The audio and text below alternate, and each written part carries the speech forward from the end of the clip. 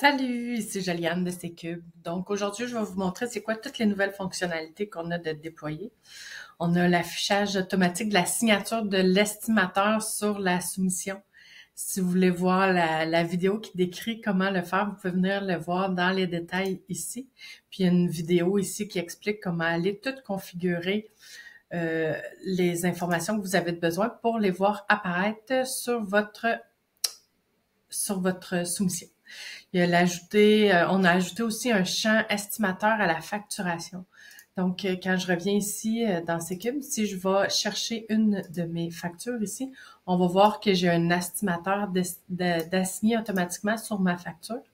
Puis quand je viens dans mon onglet facture, je peux filtrer aussi, je peux filtrer mes projets par estimateur. Donc, je peux savoir le nombre de factures que j'ai faites relié à le montant total si j'ai des commissions à donner à mes estimateurs ou mes représentants.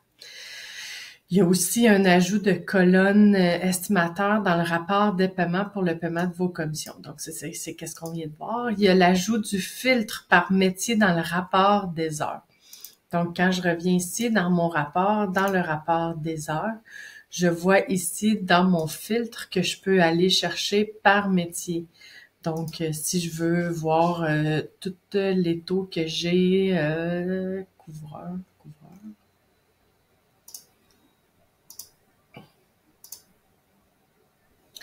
Donc ici, on va voir tous mes taux couvreurs qui vont apparaître dans mon filtre si je veux aller chercher par métier. Par la suite, la numérotation des bons de commande. La majorité avait déjà commencé votre numérotation. Il était possible de changer la numérotation des factures et des soumissions. Maintenant, il est possible dans les préférences, je suis pas capable d'y aller. Préférences, bons de commande, si je suis capable d'aller choisir le prochain numéro pour les bons de commande quand vient le temps de changer la numérotation en début d'année, si vous le faites. Par la suite, le nom de la soumission est maintenant inclus automatiquement dans la facture quand vient le temps de facturer une soumission. Donc, je suis capable d'aller mettre un titre à une soumission ici qui est ouverte. Dans ma description interne, je vais venir mettre un titre. Estimation, soumission pour toiture.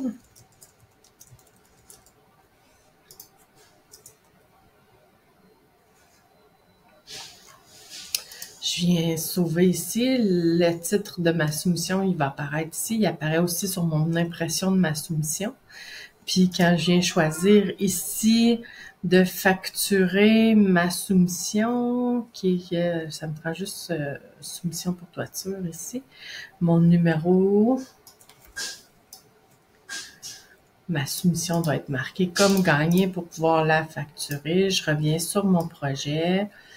Je viens facturer ici. Nouvelle facture. Facturer une soumission. Je vais choisir mon numéro. J'ai mon numéro de contrat avec le nom de la soumission. Comme ça, si j'ai des demandes de changement, si j'ai plusieurs soumissions sur mon projet, je vais savoir ici en sélectionnant c'est laquelle que je facture. Par la suite, on a diminué le nombre de clics pour aller modifier un bon de travail. Quand je suis dans un bon de travail ici et je veux faire des modifications sur la description des travaux ou même ajouter une description tout simplement, je peux venir, au lieu d'aller dans le crayon, venir ajouter une nouvelle description. Je l'ai quand même ce chemin-là, mais je peux venir directement ici puis ajouter ma nouvelle description comme dans la soumission. Donc, je vais être capable, avec moins de clics, de venir faire une nouvelle description.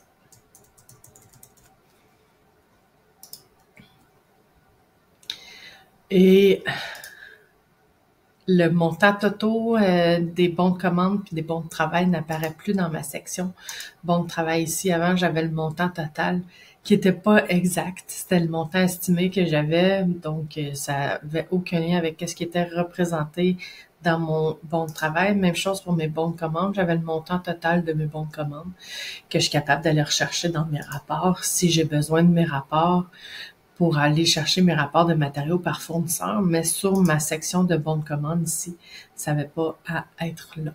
Donc, si vous avez des questions, n'hésitez pas. On est toujours ici pour venir vous répondre dans la section ici de support. Si vous avez d'autres idées ou si vous avez des petites modifications, on est ouvert à vos idées. C'est vous qui travaillez avec l'application, donc c'est à partir de comment vous l'utilisez qu'on va faire les prochaines modifications. On a aussi des très bientôt le Punch, c'est que Punch, l'application, c'est que Punch qui s'en vient, l'architecture en conteneur qu'on travaille toujours, l'API aussi qui s'en vient très prochainement. On a l'amélioration d'horaire de production, plein d'idées qui ont été données par certaines personnes. Puis on a aussi d'autres petites fonctionnalités qui s'en viennent comme ça. N'hésitez pas à venir nous parler. Merci!